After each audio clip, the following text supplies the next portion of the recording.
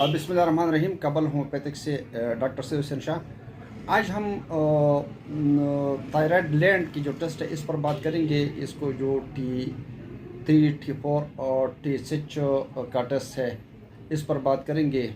ये test thyroid hormones को check करने के लिए किया जाता है जो जिस्म के मेटाबॉलिज्म को कंट्रोल करती है।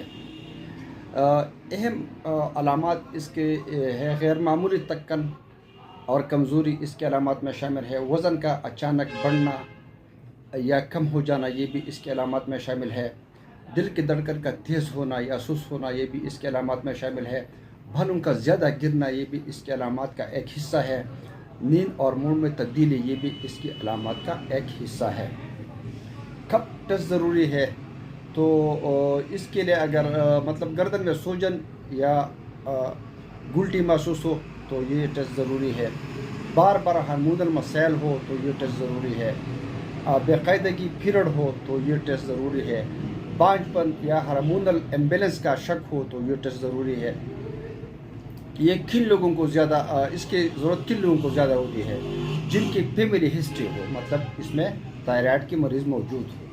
ख़ास तौर पर जिन ख़वातीन का उम्र 30 साल से ज़्यादा हो इसके लिए ज़रूरी है।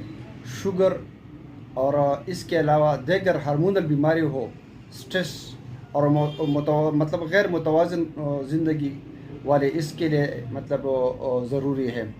एहतियाती तदाबीर में